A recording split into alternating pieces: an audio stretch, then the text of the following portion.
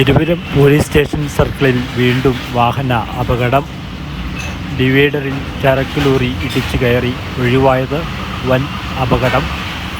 വ്യാഴാഴ്ച രാവിലെ 6 മണിയോടുകൂടിയാണ് പയ്യന്നൂരിൻ ഭാഗത്തു നിന്നും വരികയായിരുന്ന കണ്ടെയ്നർ ലോറി എരുവരത്ത് ഇറക്കത്തിലുള്ള സർക്കിളിൽ ഇടിച്ചു കയറിയത്.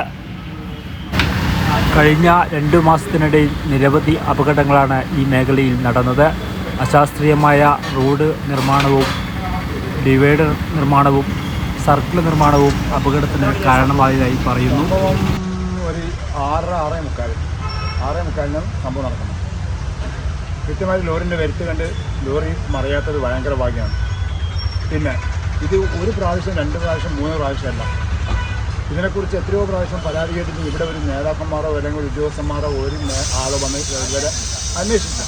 ഇവിടെ എന്താ നടക്കുന്നത്, സംഭവങ്ങൾ എന്താണെന്നില്ല.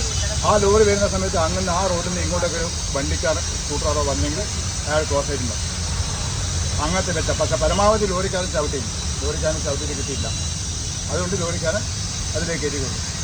അപ്പോൾ ഇത് എത്ര പ്രാവശ്യമാണ് ഇവിടെ പറയുന്നത്.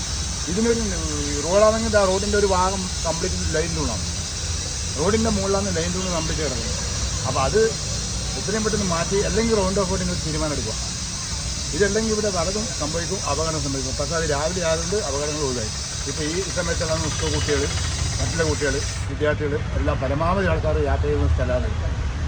അപ്പോൾ ഇതിനെതിരെ അല്ലെങ്കിൽ ഇതുവരെ ഇത് സംഭവം നടന്നിട്ട് ഇവിടുത്തെ ഒരു MLA അല്ലെങ്കിൽ ഒരു ഉദ്യോഗസ്ഥന്മാരോ ഒരു MP അല്ലെങ്കിൽ ഒരു പഞ്ചായത്ത് പ്രസിഡന്റോ ആരും ഇതുവരെ വന്നിട്ട് അന്വേഷിച്ചിട്ട് ഇതെല്ലാം നടക്കുന്ന ഒരു സംഭവമാണ്. ഇത് 3ാമത്തെ പ്രാവശ്യം ഞാനിത് മൊബൈൽ ഒരു ചാനലിൽ പറയുന്നു. എന്നിട്ടും യാതൊരു നടപടിയും ഇതുവരെ ഉണ്ടായിട്ടില്ല.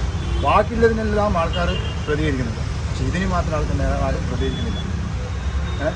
ഈ മേഖലയിൽ അപകടങ്ങൾ അടിക്കടി നടക്കുമ്പോഴും വേണ്ട നടപടികൾ സ്വീകരിക്കാൻ അധികൃതർ തയ്യാറാവാത്തതാണ് പ്രതിഷേധത്തിന് കാരണമാകുന്നത്.